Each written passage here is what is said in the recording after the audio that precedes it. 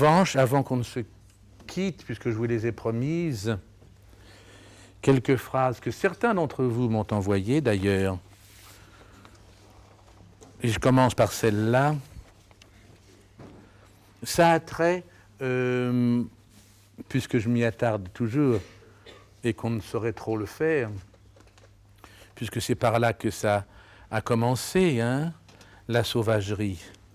Donc c'est le langage, le verbe. Alors naturellement, vous m'envoyez beaucoup et j'en suis ravi, ça prouve qu'on partage les mêmes espérances, beaucoup de phrases des évangiles, enfin celles-là, je les connais bien et je veux espérer qu'on ait une majorité à les connaître. Deux phrases de Sidoine Apollinaire, qui n'a rien à voir avec celui que nous connaissons mieux, puisque c'est un monsieur qui écrivait dans les années 469-470 à son ami Hespérius. C'est pas pour conclure après en disant, voyez déjà, donc il n'y a pas de quoi s'alarmer sur notre époque. Si déjà en 470 on avait ce souci-là, comme ça ne peut pas progresser, hein, bon. Il écrit à un ami et lui dit « Ajoute à cela que la foule des paresseux s'est tellement accrue que si un petit nombre au moins d'entre vous ne défend pas le bon usage dans l'emploi judicieux des mots contre la rouille des barbarismes grossiers, nous aurons à déplorer bientôt sa décadence et sa disparition, tant les parures du beau langage s'altéreront toutes par la négligence de la masse. 470. Et il n'avait pas changé d'avis en 476, où il écrivait à un autre ami, à son cher Sapodus, car peu de gens aujourd'hui honorent les études. Il faut ajouter que c'est un vice conforme à la nature des choses qui a fixé et enraciné au cœur des hommes cette disposition à ne pas admirer les artistes quand on ne comprend pas les arts. Nos responsables devraient savoir ce qu'il leur reste à faire s'ils pensaient qu'ils dirigent un pays et pas leur carrière. Et Confucius, ça je trouve ça génial, à qui on disait « Si tu avais le pouvoir absolu sur le monde entier, quel serait le premier acte de cette toute-puissance ?» Et il a répondu « Je redonnerais leur sens aux mots. »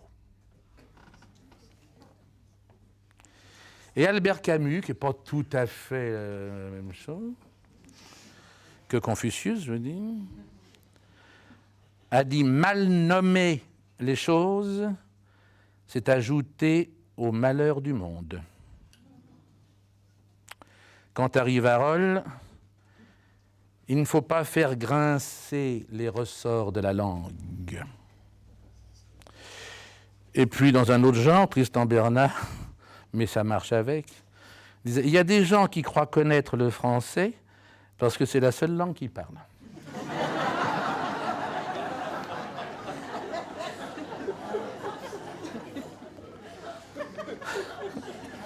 On pourrait ajouter beaucoup à ça, parce que comme c'est même plus le français qui parle. Et tout à l'heure, on parlait justement de ce qu'on peut ajouter aux mots en étant fidèle aux auteurs, et c'est un grand écrivain qui l'a dit. C'est Vigny, le malheur des écrivains est qu'ils s'embarrassent peu de dire vrai pourvu qu'ils disent. Il est donc temps de ne chercher les paroles que dans sa conscience. Et ça m'a plu pour l'acteur, parce que vous savez que je pense, quand on dit « mais qu'est-ce que c'est la sensibilité, mais qu'est-ce que c'est ceci, mais qu'est-ce que c'est cela ?»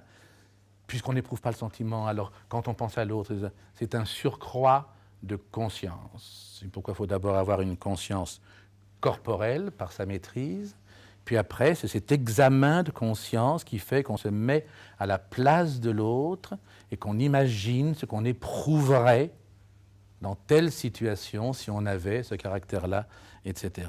Et c'est pourquoi il faut partir, je vous en parle tout le temps aussi, comme disait Madame Yourcenar, c'est le début des allées du langage, c'est le silence. On commence par le silence. C'est le premier mot, c'est le premier acte.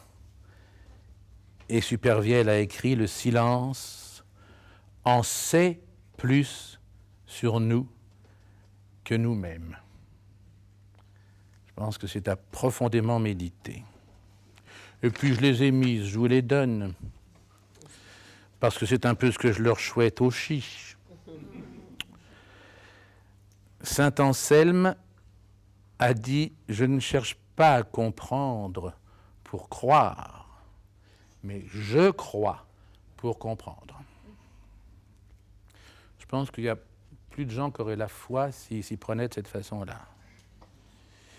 Et le souhait ultime de George Sand, qui était une femme bien extraordinaire, était, nous dit-elle, de mourir avec la satisfaction d'avoir travaillé jusqu'au bout.